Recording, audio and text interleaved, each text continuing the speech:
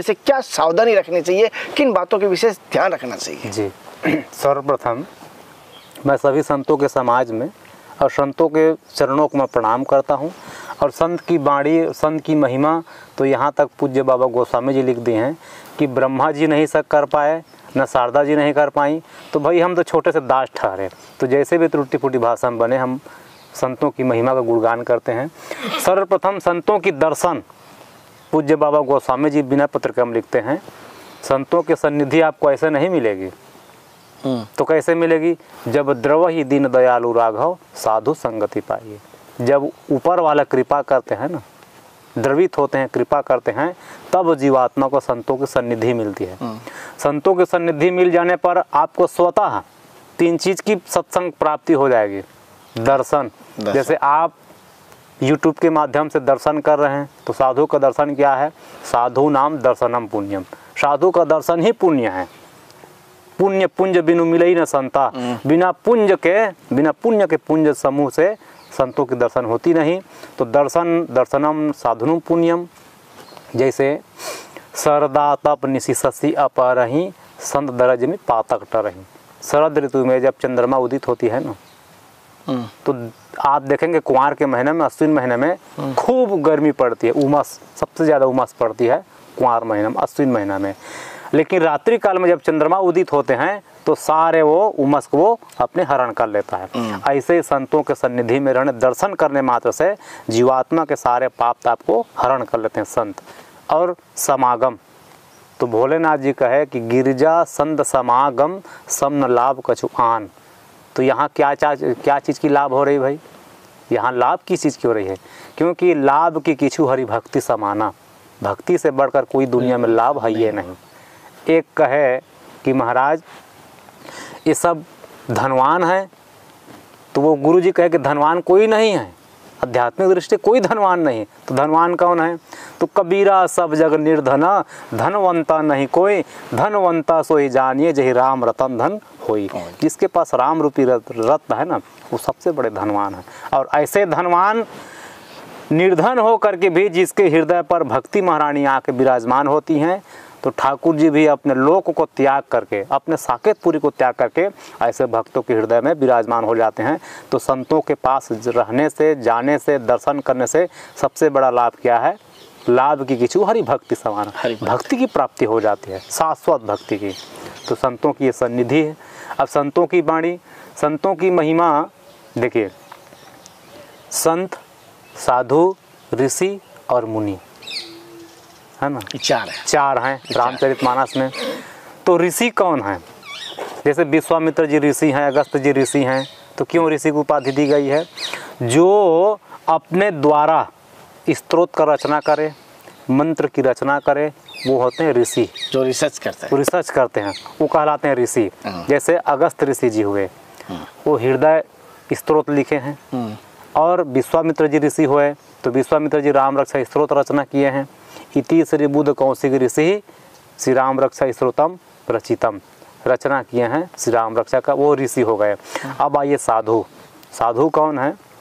जो भगवत प्राप्ति के लिए शरीर को साध रहे हैं, मन को साध रहे हैं, तन को साध रहे हैं, अपने वाणी को साध रहे हैं। तो जो साधना करें, जो साधना में रत हैं, वो हैं साधु। और संत कौन? जो शांत हो गए हैं, जो शांत हो गए अपने आप में अंतरात्मा हो गए, अंतः रामस्य हो गए, आत्मा रामस्य हो गए। ऐसे संतों को भगवान याद करते हैं।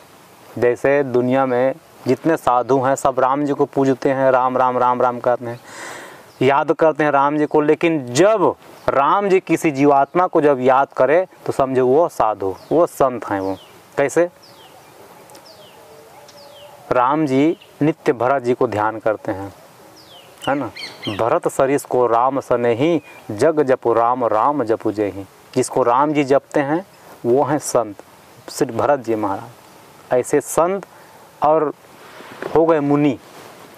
मुनि कौन? मननशील, जो अपने चंचल मन को निग्रह करे, चंचल मन को एक जगह स्थापित करे, है ना? तो मननशील करने वाले मुनि होते हैं। तो हमारे गीता जी में कृष्णचंद्र जी कह दिए कि अर्जुन पहले प्रश्न पूछे, कहे प्रभु ये चंचल मन को कैसे निग्रह किया जाए, नियंत्रण किया जाए। चंचलाम मन कृष्ण परमाथि बल दृढ़ तस्याहम निग्रह मन्ये वायुरेव सुदुष्करम। जैसे वायु के वेग को कोई धारण नहीं कर सकते, रोक नहीं सकते, ऐसे चंचल मन को कोई भी रोक नहीं सकते। तो जो मन को, चंचल मन को जो निग्रह करे, नियंत्रण करे, वो होते हैं मुनि।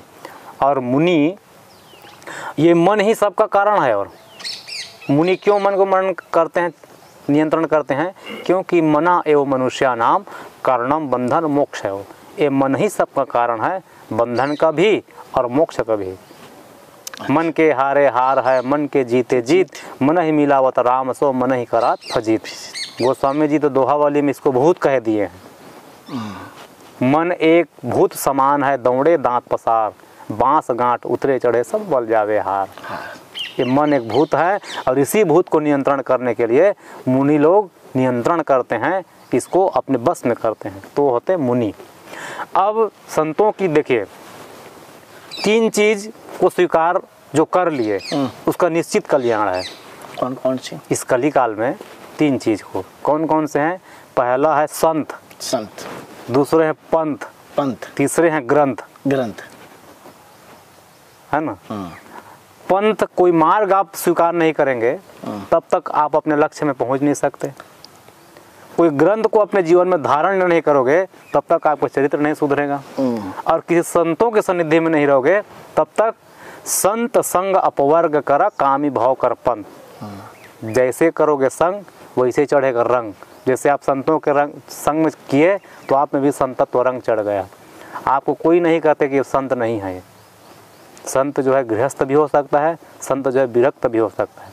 आश्रम से मतलब नहीं है, सोच से, विचार से, आचरण से, शिक्षा से, दीक्षा से ही संतत्व है ना। तो संतों की सन्निधि में रहने पर संत संग अपवर्ग कर, अपवर्ग माने स्वर्ग से भी बड़ा संतों के सन्निधि में मिल जाती है।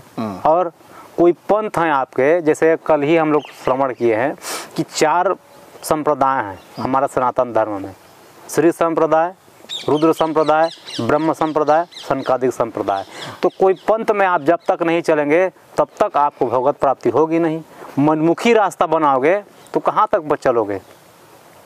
गोस्वामी जी कह दिए, प्रथम मुनि निजे कीरति गाई तेहि मग चलत सुगम मोहि भाई। प्रथम जो आदि मनुष्यों ने, आदि जो गुरुचारियों ने मार्ग में चल पड़े हैं, उसी मार्ग में चलना सबके लिए श्रेयस्कर है। बना बुनाया मार्ग है, उस पर आप चलिए, लक्ष्य तक पहुँच जाएंगे आप। तो संतों की इसलिए जीवन में जरूरी है कि संत, पंथ और ग्रंथ। और ग्रंथ में अभी कली काल में एक हमारे सदगुरुदेव भगवान कहे कि इस कली काल में सबसे बड़ा ग्रंथ कौन है। जैसे अभी आप लोग देखेंगे ग्रामीण क्षेत्रों में गरीबी रेखा बन रही है ना, सरकार की तरफ से। तो गरीबी रेखा में 4 चीज़ की प्राप्ति आपको स्वतः हो जाती है। चावल उसी में ले लो, उसी से गेहूं ले लो, उसी से शक्कर ले लो, उसी से नमक ले लो, उसी से चना ले लो। तो इस कली काल में सबसे बड़े ग्रंथ क्या है गरीबी रेखा? श्री रामचरितमानस। और रामचरितमानस में आपको मिलेगी क्या? तो नाम, रूप, लीला और धाम। रामस्य नाम रूपम च लीला धाम परात् परम एतद चतुष्टयम नित्यम सच्चिदानंद विग्रहम। जिस ग्रंथ में नाम, रूप, लीला और धाम 4 चीज वर्णन किया गया हो, वह केवल और केवल एक ग्रंथ नहीं, वो भगवान का विग्रह स्वरूप है। विग्रह। अब इसको कैसे विग्रह स्वरूप माने? इसको भी हमारे गुरुजन कहते हैं बाल कांड प्रभु पाँव। बाल कांड क्या है? भगवान के चरण पादुका। बाल कांड प्रभु पाँव अयोध्या कटी मन मोह है। अयोध्या कांड भगवान के कटी माने कमर भाग है। उदर बनियो आरण्य। अरण्य कांड क्या है? भगवान के उदर हैं। हृदय किष्किंधा सोहे, भगवान के वक्षस्थल किष्किंधा कांड है। और ग्रीवा मूल मुदा हरंती। सुंदर कांड क्या है? ग्रीवा माने गला कंड। गला कंड से ही शोभा है भैया। गला सही है, आपका फिटनेस है तो आप अच्छे दिखेंगे। तो सुंदर कांड क्या है? गला है ना। और लंका कांड मुखार बिंद, जहाँ सकल निशाचर समायो। सुंदर ग्रीव मुखार बिंद लंका कही गायो, जहाँ सकल निशाचर मुख में समायो। लंका कांड में जितने धरातल में थे निशाचर, सब भगवान श्री राम जी के मुख में सब समा गए, सबको भस्म कर दे राम जी। और उत्तर कांड शीस प्रभु यही विधि तुलसीदास मन, आदि अंत लव देखिए श्रीमन मानस राम तन। उत्तर कांड भगवान के शीस हैं, तो कहने का अर्थ ये है भगवान की विग्रह स्वरूप। तो जीवन में 3 चीज़ उतार लीजिए आप, संत, ग्रंथ और पंथ, निश्चित आपको कल्याण है। जैसे कि महाराज जी ने बताया साधु संतों के संग से क्या महत्व रहता है और उससे क्या हमें महत्व किस प्रकार रह सकते हैं। और महाराज जी जैसे एक बात मैंने एक और पूछी थी अभी, और उसके ऊपर विशेष ध्यान इसलिए दे रहा हूँ कि वो हमारे भाई बहन जो गलती कर देते हैं, साधु संतों के पास या कुटिया में या आश्रम में जाने से पहले किन बातों का विशेष ध्यान रखना चाहिए कि हमसे जाते हैं अच्छे के लिए, कहीं बुरा ना हो जाए, किन बातों का विशेष ध्यान रखना चाहिए? देखिए, आप गृहस्थ आश्रम पे दर्शन करने आए हैं, तो जो गृहस्थ आश्रम में रहन है, खान पान है, उठना बैठना, स्नान ध्यान, सब चीज़ गृहस्थों का है ना अंतर होता है। साधु महापुरुष जो संत होते हैं उनका ध्यान, चलना उठना बैठना, खान पान, बोल चाल, सब चीज़ अलग होता है। तो जैसे आप कहीं भी साधु दर्शन करने जा रहे हैं तो क्या कहा गया है, संत दरस को चलिए, है ना। संतों की दर्शन करने के लिए जा रहे हैं तो क्या करना है आपको, तज माया अभिमान, माया और अभिमान का त्याग कर दो। माया माने सुख संपत्ति, पद प्रतिष्ठा, है ना, और अभिमान का त्याग माने अभिमान में 4 प्रकार का अभिमान है, 5 प्रकार कहे गए हैं। जातिर्विद्या महत्वम च रूप यौन मेव च। एक जाति अभिमान, रूप का अभिमान, पद का अभिमान, विद्या का अभिमान, ये 5 प्रकार के अभिमान को आप किनारे कर दो। अब वहाँ जाओगे तो फिर मिलेगी क्या आपको, ज्यों ज्यों पग आग धरे तो कोटिन यज्ञ समान। ज्यों ज्यों आप पग उठाएंगे आपको करोड़ों यज्ञ की फल की प्राप्ति हुई। कब आप विनम्र होकर जाएंगे, तब आप अपने गृहस्थ आश्रम में जो कुछ हैं उसको तो किनारे धर दीजिए। अरे हम हो गुरु जी हैं, अरे हम हो पंडित जी हैं, अरे हम हो कथावाचक हैं। अगर आप संत के दर्शन करने जा रहे हैं तो ये जीरो बन के जाइए। क्यों, अगर पात्र खाली है तब तो वहाँ कुछ भरोगे, और पात्र पहले भर के लाए हो वहाँ कुछ नहीं आने वाले भैया। और दूसरी समस्या क्या है, पात्र बड़ा हो, पात्र खाली हो, लेकिन पात्र में यदि कपट है, छेद है तब भी कुछ ठहरने वाले नहीं हैं, हैं। तो ये ध्यान रखना है, ज़रूरी है। संतों के पास में जा रहे हैं तो बिल्कुल शून्य चित हो जाइए। बड़ी बात कही है महाराज जी ने, संत मिलन को चालिए तज माया अभिमान, जीजू पग आगे धरे कोट ये समान। जैसे महाराज जी ने बताया 5 चीज़ हमें त्यागनी चाहिए, चाहे आप कलेक्टर हो, चाहे एमएलए हो, चाहे एमपी, कोई भी हो। और मैं ये संतों के लिए भी कह रहा हूँ, बहुत सारे संत जो दीक्षा लेते हैं उसके बाद ये कहते हैं मैं थोड़ा डॉक्टर था, मैं कलेक्टर था, मैं 2 करोड़ की संपत्ति छोड़ गया। असलियत में वो छोड़ा नहीं है। जिसको वो स्मरण हो रही है, मेरे अंदाज से वो छोड़ा नहीं है। जिसको अगर याद है मैं 1 लाख रुपए वहाँ बैंक में है मेरे, तो वो छोड़ा नहीं। उसकी मन तो वही है, वो मन अगर वही है तो उसने शरीर यहाँ लाया है, मन तो वही है, अगर उसका ध्यान वही है तो उसने छोड़ा नहीं। मैं बहुत सारे संतों के बीच में जाता हूँ, बहुत सारे संत कहते हैं मैं करोड़पति था, मैं एमएलए था, कोई मैं आईएएस था, मैं वो बन रहा था। मन में सोचता हूँ, हालांकि उनको कह नहीं सकता, अभी सत्संग चल रही है तो देख रहे हैं तो वो समझ जाएंगे, आज से वो बोलना छोड़ देंगे। तो मतलब मैं सबके लिए कहता हूँ, ये मेरे भाई कोई भी समझ पा रहे बात को, तो घर में कुछ भी थे आप, चाहे आपका बड़ा शोरूम हो, चाहे बड़ा कलेक्टर हो, तो अगर उसको स्मरण कर रहे हैं तो आपकी भक्ति क्षीण हो रही है। आप कुछ चीज़ छोड़े नहीं हैं, है ना, क्योंकि अभी हम